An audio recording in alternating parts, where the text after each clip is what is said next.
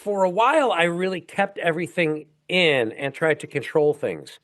And you probably feel the same way that when you do that, it's like trying to wrestle like a pit bull, right? It's counter to who you are. Mm.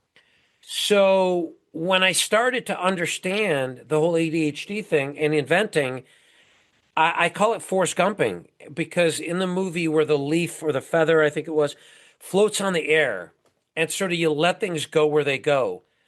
If you know how to control it, and this is why sometimes I call it a superpower, right? Like ADHD can be terrible and it can be really, really crippling, but it can also be this very fluid, like journey. And so I'll let ideas come and I'll be like, wait a minute. Welcome to Season 2 of ADHD Difference. I'm your host, Julie Legg, ADHD advocate, author of The Missing Piece, A Woman's Guide to Understanding, Diagnosing and Living with ADHD, and an unapologetic doer of many things. This season, we're turning up the volume with a global lineup of brilliant guests, bringing their lived experiences, insights, research, strategies, and resources. And of course, along with a healthy dose of humour and humility. Whether you're neurodivergent yourself or just curious, there's something here for every curious brain. Let's dive in. Today, I'm joined by Douglas Katz, a West Point graduate, Army veteran, inventor, and founder of NULU, a company designing adaptive tools for real life. Douglas was diagnosed with ADHD in his 50s. And that moment didn't so much change who he was, it changed how he understood himself. For decades, Douglas saw his patterns such as quirks or liabilities, constant scanning, urgency-driven problem solving or bouncing from insight to insight. But environments like the military and entrepreneurship, those traits weren't weaknesses, they were his strengths.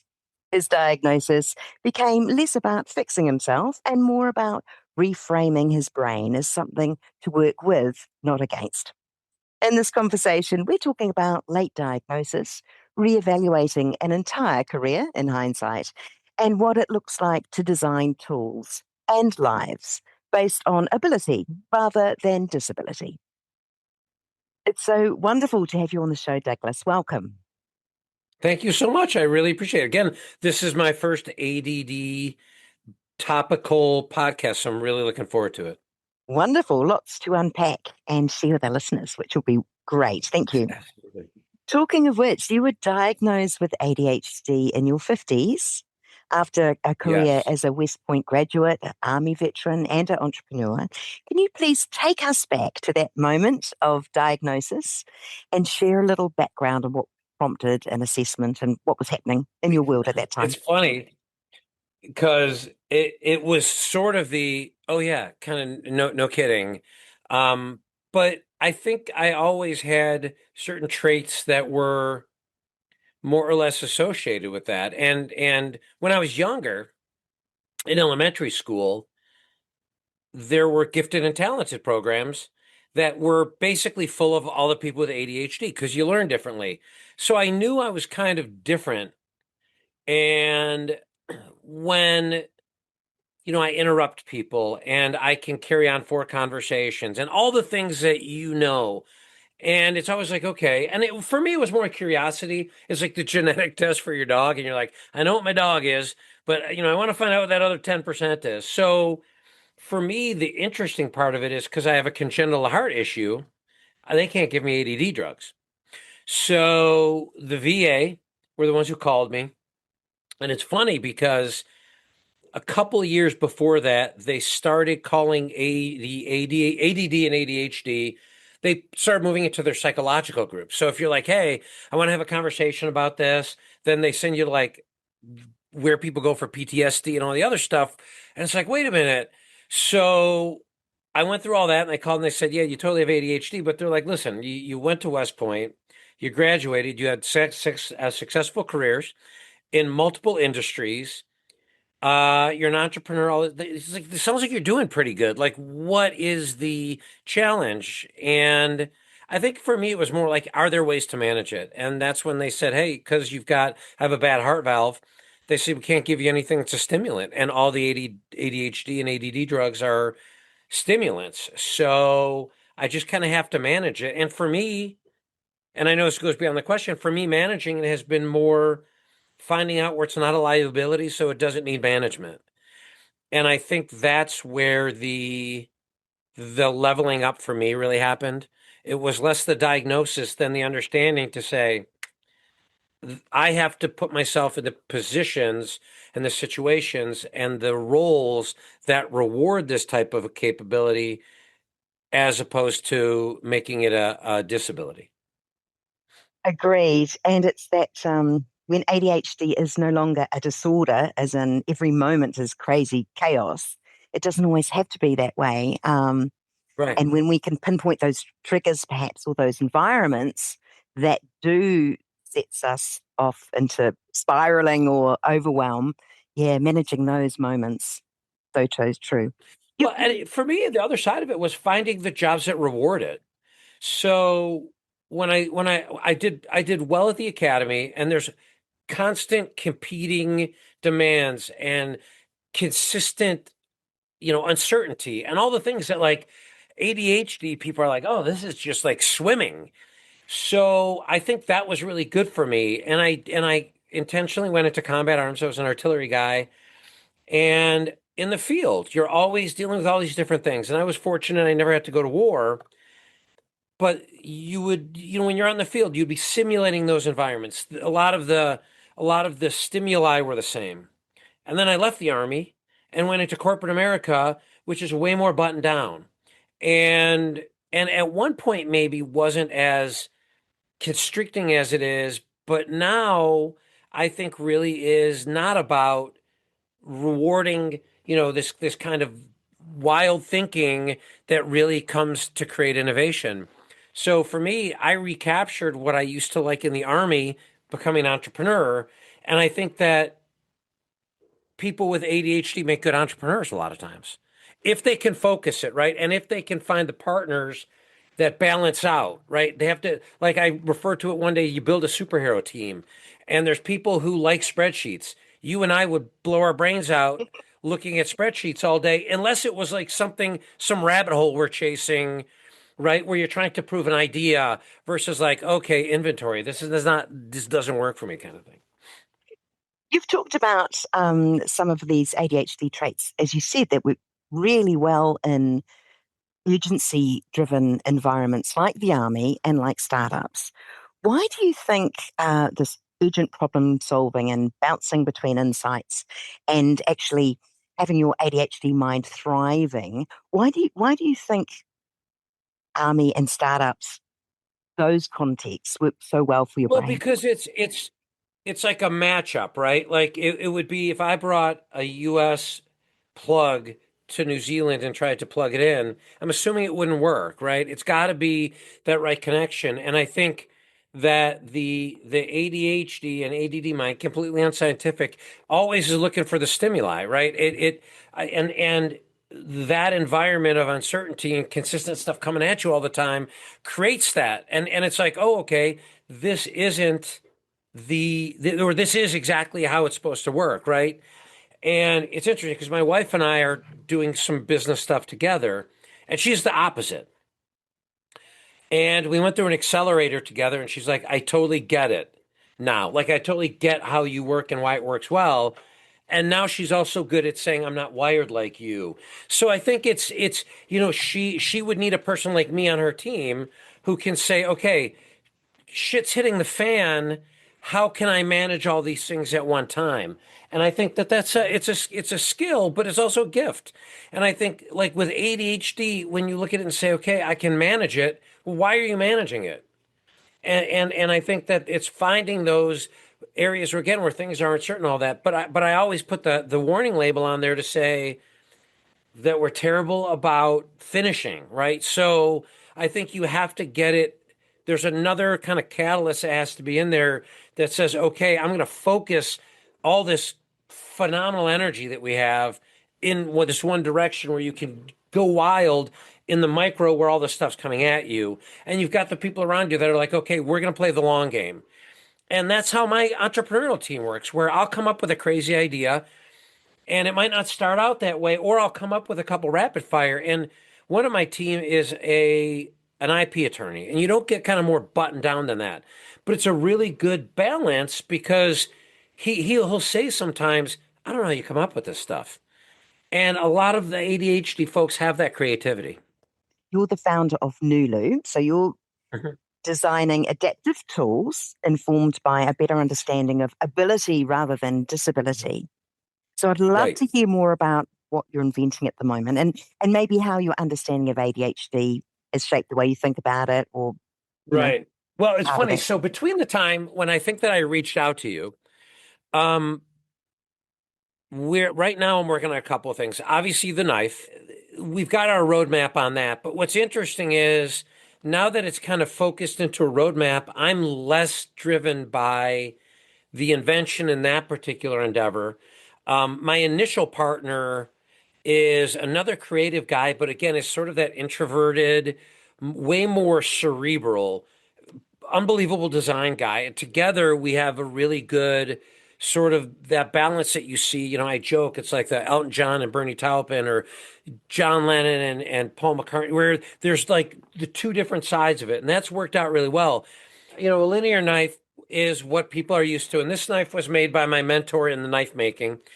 And I like it because it's primitive. And a typical knife is linear, right? Tip, blade, in this case, two blades, transition, and then handle. Sometimes you have a guard, sometimes you have a bolster. You've got all kinds of different things. But this is when people think of a knife. Mm, But the issue is it's optimized really for one thing. It's optimized. If you look, there's a straight line from my arm to the tip. And what that means is that this was the ultimate multitasker. It was designed around hunting and self-defense with the added benefit of cutting. The ultimate multitasker. Without this, you and I are not talking on a podcast because civilization doesn't happen, right? This is how we are able to be the apex hunter and all that.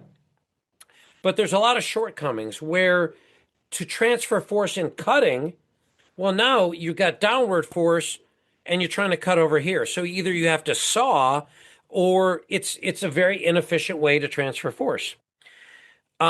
Around the time that I got my shoulder rebuilt and I have a lot of upper body, upper extremity issues, and I like to cook and I'm a hobbyist knife maker. I was not able to make knives and I was not able to cook, so I was in a bad way. And I started playing around out in my garage. And you can sometimes make knives without swinging a hammer. So I started thinking about circular. And there's a knife called the Ulu. It's an Inuit knife, so basically northern hemisphere, the Arctic, Alaska, and I think some of Greenland. Um, and it is a circular geometry, and it was called the woman's knife or the everything knife because women didn't hunt. Like a man would have something like this for fieldcraft. Women had something like this, which could cut, could dress an animal, it could cut hair and do a lot of things. So we tried to figure out like why does this really work? And it's a circular geometry. So if you think this is the center of the circle, then I can find any point where my arm, my muscular skeletal structure will align with the blade for different kind of cutting. But what we also found was the circular geometry allows you to use it also in sort of a cleaving motion or to be able to cut with the tip in a precision motion. So it's more about efficient cutting. And what's interesting is with all of my ADHD and kind of being all over the map and all that, the other thing that really drives me is like hyper efficiency. And like, how can you make something work better? How can you use real estate on something that isn't being used? So when I got my shoulder redone, I created a sling where it had hook and loop on it, and you could put different compartments wherever you needed to. So, because I kind of said, hey, you and I are built differently. Everybody's built differently. I want my phone case here and not here. So, and it was all about this optimization. And for various reasons, that didn't make it to market. But now with the knife, my partners have gotten this vision and they're able to take it. So we're working on an adaptive cutting board, which we should have out in 2026. we've got a consumptive version of the knife. And when I say consumptive, so let's say you're going to a restaurant and you want to eat at that restaurant, but you have the same limitations that you do at home. All of a sudden, you're not independent again. And I have a very good friend from West Point who has MS, and he bought one of the knives and he was raving about it, and he said, but I would love something when I go out to eat. So we're trying to create one now. And we have an initial design where if you go to a restaurant, either they could stock it or it's something you could bring with you to then be able to still remain independent. But like all ADHD people, and I will say one thing before I go this way, because it will speak to my invention and how and where I'm going with stuff, is when I got out of the military, I didn't make that connection, the correlation between what I was doing in the military and how it worked really well with ADHD. So you get out and you're like, okay, I'm going to fit the bill. I'm going to be controlled. I'm gonna show what people think they want to see when they think of a military guy and a West Pointer and all that. So for a while, I really kept everything in and tried to control things. And you probably feel the same way that when you do that, it's like trying to wrestle like a pit bull, right? It's counter to who you are. Mm. So when I started to understand the whole ADHD thing and inventing, I call it Forrest Gumping because in the movie where the leaf or the feather, I think it was, floats on the air and sort of you let things go where they go. If you know how to control it, and this is why sometimes I call it a superpower, right? Like ADHD can be terrible and it can be really, really crippling, but it can also be this very fluid, like journey. And so I'll let ideas come and I'll be like, wait a minute. So right now my wife and I are working on a product called Golfresco. And I don't know in New Zealand if there's a lot of golf cart communities where um, there might be a golf course, but generally people will have a car or two and a golf cart. You drive around, that's what you kind of your mode of transportation. We were down by the river. My town is on a river, and there was a Venetian night where they light up all the boats, and everybody was sitting around on their golf carts and trying to balance food and drinks and all that. So I'm like, well, why not a bistro table? So Golfresco is the bistro table for golf carts and utility vehicles. And it's also great for outdoor stuff, like it's great for gear and shooting and all that kind of stuff. So those are the two primary things I have going on right now. And then with my knife, what I'm finding is that it's a very friction-based sale to sell adaptive products.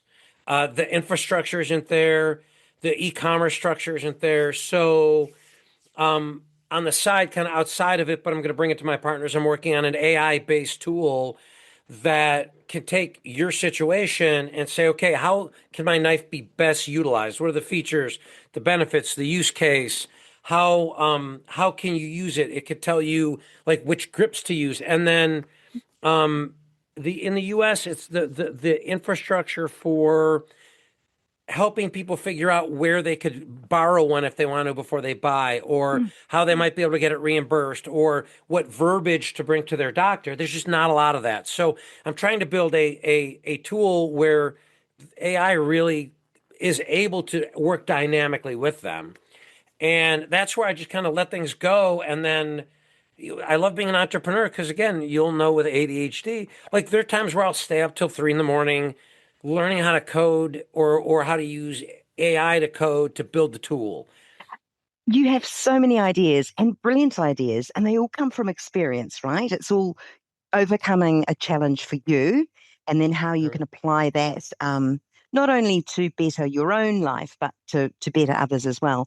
Where do you draw the line? You said there's a couple of things that you thought long and hard about, but didn't come to fruition. With all of your ideas, which ones float to the top?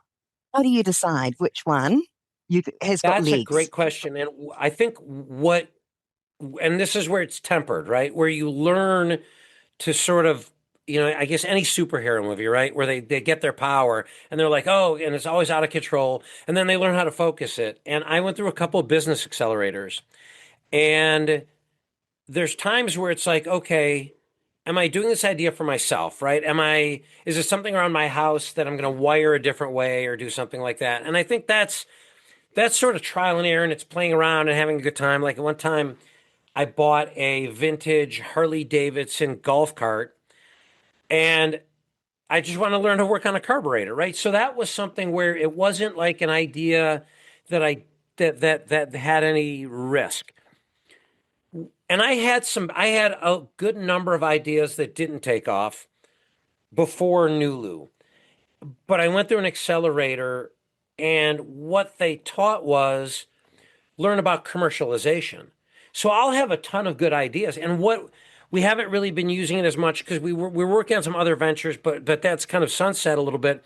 But the same team, when we had ideas, came up with sort of a rank weighted system where if there was an idea, okay, is it commercializable? What's the complexity? And I think to some degree, this counterbalance of optimization and understanding that resources are not infinite, right? And I didn't really think of it before, but your question really takes me again back to the military, where you have all these competing demands, but you have only so much ammunition. You only have so much time, right? So you're working within these constrained structures to begin with. And maybe that helped me. I think that for many people, the military, many people with ADHD would be a really good way to, I'm going to get really, really like esoteric here, but it is almost like making a knife where you start with a good piece of steel and you shape it and you heat treat it and then you temper it. And the tempering is almost as important, if not more important than the heat treating, because it allows, you're not going to snap that knife. And I think tempering would help everybody with ADHD and have that ability to stop and go, okay, this idea that I'm coming up with, I came up with an idea for knife makers where, it would have a bubble and you could kind of know what angle you're working at. It was cool. I made a prototype I was playing around with, but then I'm like, okay, the market's too small. Like there's just no reason to go that way. And my sling, we came up against some challenges of how the insurance structure is set up in the US and where buying a product like this would work. And I think that's where it would help people. So instead of saying, how do I manage my ADHD? It's more, how do I manage the process to be able to focus it that way? And that's how I think how you figure out what's the right business. Now, the other thing is, and without working with seasoned business people, the pivot. And ADHD people can pivot. Other people have some trouble pivoting sometimes. And I think because people with ADHD also have a fairly good relationship with failure. And I say that in all the best way. Like when I went to West Point, I remember one guy got a B and he's like, oh my God, this is my first B. And I'm like, I got a B, right? So I was just in a much better headspace. And I think that those things, if you can help the people with ADHD understand that pivoting is not failure or getting rid of a business isn't failure. If you can look and say, great business idea, the market was there, the timing wasn't there. And understanding that, well, then you're able to, again, temper it and focus it the right way. So there's a couple ideas I had. I had an idea. I'm a disaster preparedness guy, probably not a surprise. And I had an idea at one point about sort of mainstreaming it. And I realized why it didn't work now. And I do think people with ADHD tend to internalize. So the whole time I was trying to drive the business and I was trying to drive the business as opposed to sort of going back to that, letting it float and feeling where I'm headed to go, oh, good idea. Not necessarily the right timing. Who knows? I'll put it in the back burner. You've said lots of many things, including Forrest Gumping. You're pivoting, and from that, I guess, is the resilience, which is awesome. I'm with you, though. There needs to almost be a threshold for us to look back at our mad, crazy ideas and to see which Right. ones go through to the next funnel, I guess. Otherwise, there could be years lost, couldn't there? In Right. excitement Well, and and and investment and that's a good point. energy. And that's a great point. I'm so sorry to cut you off. I'm like on a roll. No. Um, but like with Golfresco, where it would have been a heavy lift, I found a manufacturer very quickly. So I think the other thing on ideation, and I didn't want to pivot too quick because I would have forgotten what I needed to say or wanted to say, is sometimes it's like, oh, okay, this is a move now thing because we found a manufacturing partner who can be co-founders and solve a lot of problems with inventory and all. Okay, so boom, we got to go this way. And I think that's that pivot, right? That's that quick, like, oh, okay, this is the way I have to go.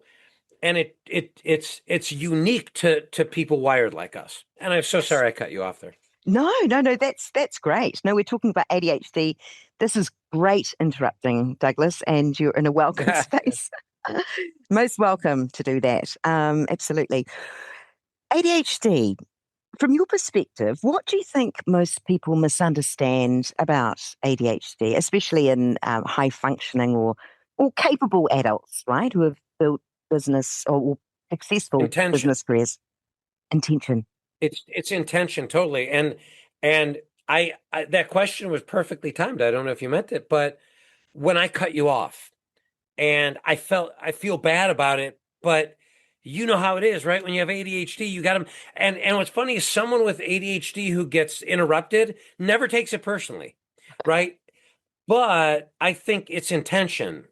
So people think you're intentionally doing it as opposed to our intention having to be not doing it, which is sometimes hard because I think we also process, like we've got a lot of RAM and you hear what someone's saying and people interpret it as, oh, you were just waiting to say what you wanted to say, where no, you're processing it really quickly and actually able to have a conversation at a different speed.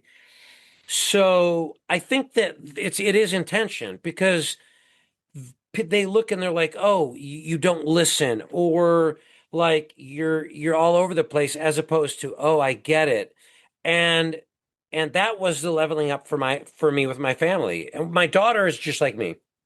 What's really funny is because she was diagnosed young.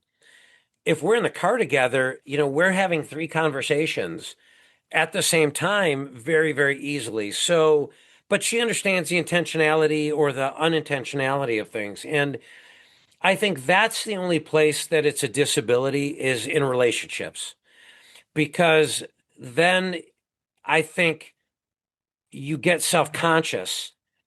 And this is an ADHD podcast, so I didn't say it. But when I go on podcasts now, I say while the interview is going on, I want to say I've got rampant ADHD, and if I cut you off, it's completely unintentional, and I won't be offended, right? And that helps. So I almost now feel that if you can break that barrier early, then people are like, oh, I get it.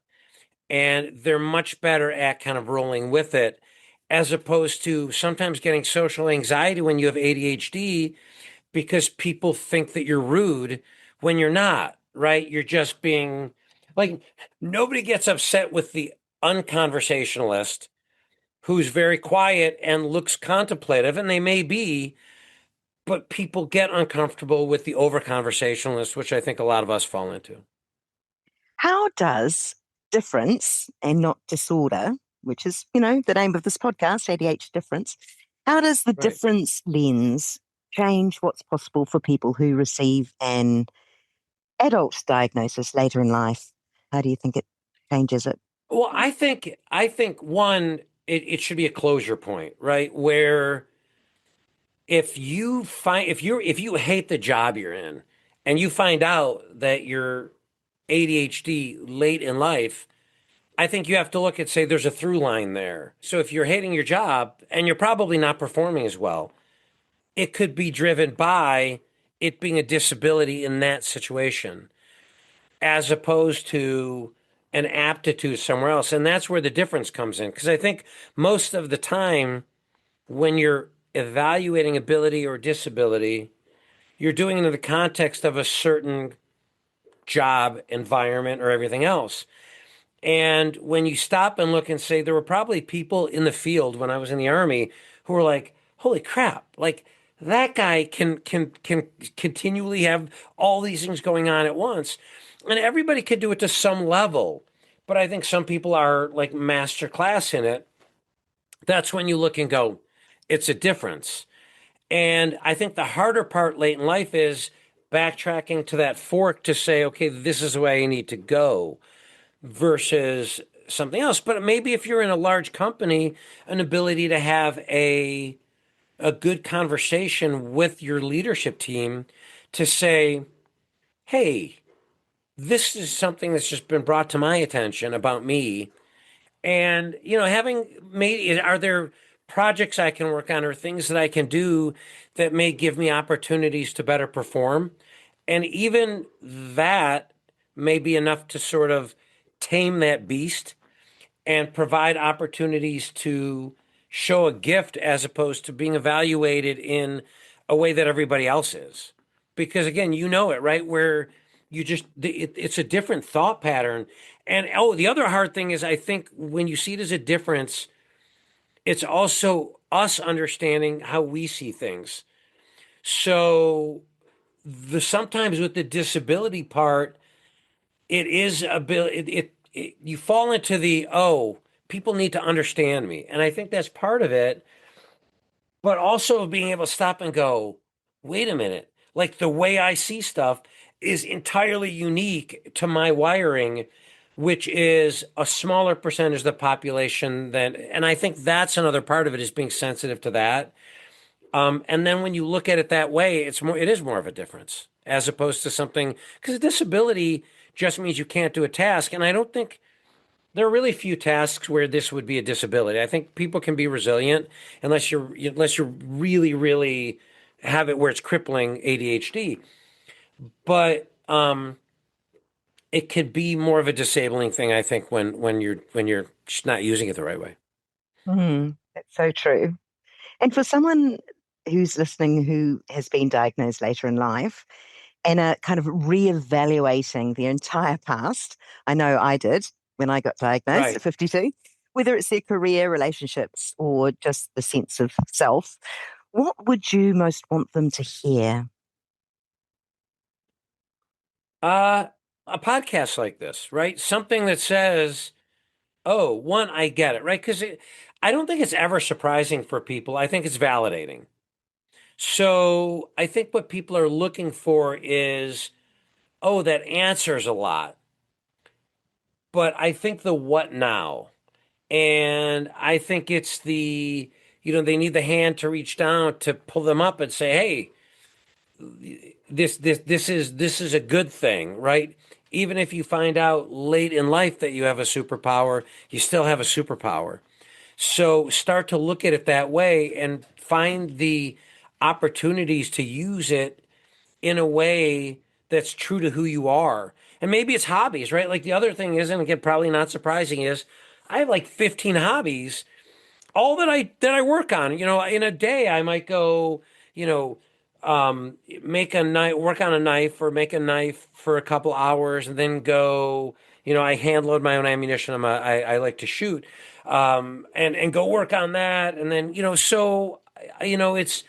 I think then you can look and say, okay, I shouldn't be doing something consumptive, like watching TV or something like that, because then all you're doing is clicking, or you're falling into the algorithmic magnetism that they build it upon, where if you're able to find those right hobbies, there's times, and this is where I think people with ADHD are good makers a lot of times, right? If you've got a hobby like painting, or like that's what my daughter's been painting lately, or I'm doing the invention thing and the knives, I can go in my garage, turn on some music, and I might work on 3 or 4 knives. And I think for people then who've got ADHD who aren't doing something like that, if in work and in leisure, they're doing things that are ultimately counterproductive to what their wiring is, it's just not, it's going to be a bad outcome, especially if they fall into an identity of, oh, it's a disability. And oh, Mm. not now, now I'm kind of seeing why is it's putting me in this situation as opposed to saying, well, wait a minute, right? And go from there. And there's almost a connection, a correlation between all the stuff I'm doing now and that adult diagnosis of saying, okay, this is who you are. And it's like, okay, let's go in all in, pushing all the chips. The producers, rather than the consumers, are the most happiest. Those Yes. ADHDers that are doing rather than sitting and just consuming are just happy, happy, happy. So, Well, and I think yeah, there's an aspect of if you're a maker or if you're doing something, it's also a lot of different stimuli at once, right? So you're touching something, you're hearing, so when I'm out in my shop, I'm actually way more focused, but it's because I think I'm plugging in more of the things that need to be satiated than when I'm like watching TV and sitting on the phone while I'm trying to watch the same, like it just doesn't work that way. And there's times where I know I might be kind of going through a little bit more of a rise in my ADHD-ness where I will go out in my shop and just again, turn on whatever music and just kind of let the day happen. And not try and control it, but let it go. And I think that would help a lot of people. Sometimes you can't leave your job, but then it's get off your screens and get off all this other stuff. Kind of going full circle, the and it's funny, I even remember this. The program I was in elementary school was called SAGE. And I don't remember what the acronym stood for, but it was this very different learning. If we were learning about archaeology, it wasn't in a book. We would, there were two sections of the class, and we would create a culture and then bury all the artifacts. And this was like in the 80s, right? This was before people were kind of thinking this way. And a lot of the learning had this sort of multi-sensorial aspect of, you're going to be very involved in working with people who are in sort of that same ideation mindset. And I think that helps also use it the right way. Because if you're able to do that, then you learn really young what it's good for. Maybe that helped me. What was her name? Thank you to Mrs. Kemp back in third grade, I think it was, who ran that class. And because I do think I had the advantage of having been not diagnosed with ADHD, but being classified as gifted and talented, but having the same faulty wiring or different wiring than people now who are being medicated. I was never medicated. So, I think part of it is also understanding that it isn't a diagnosis. When kids are young, maybe it needs to be that it's a classification, and that teachers and educators should be not looking and saying, how do we make this kid into this kid, saying from a career, where we're telling this kid to go and mentoring them, helping them understand this is the gift that you have and this is why you should be looking at these kind of jobs, regardless of whether you think this one's going to make you a lot of money. Go in this direction, you'll be happier. I think that's got to be where we start thinking. Because again, I've always been sort of uncomfortable with the disability classification. Because I'm like, is it right? Like, again, maybe it hurts some relationships, but generally I think it works pretty good. you have been marvelous, Douglas. Thank you so much. Very Thank you. inspiring. You've been very Thank inspiring with you. all your mad, wonderful inventions. I love your insights and perspectives, and I'm sure that the listeners will as well. So, on that note, I would just like to thank you for your time today and wish you all the very Thank best. you. And if I could say one thing, one aspect of this dialogue that really just hit me was what do you tell somebody who just got diagnosed? And what I would say is anybody can reach out to me. I am now trying to, as if I'm not doing enough, but it actually is complementary to my other businesses, launch a speaking business I'm primarily talking about what I'm doing with the knife and adaptation and thinking about ability and disability um, in a different way. But I have a feeling at some point I will have some talks on ADHD and ADD because I have a very different view on how it plays out. I don't think it's the way people perceive it. And thank And you for that's giving me a chance to talk about it. absolutely. And your links will be in the show notes, so listeners will be able to come down and find you. And I think this Awesome. beautiful, broader conversation about ADHD just lifts it up and into people's living rooms or their car stereo, depending on where they're listening to this right now, and hearing different perspectives and just making it more alive, less clinical, more livable. Yes, absolutely. Absolutely.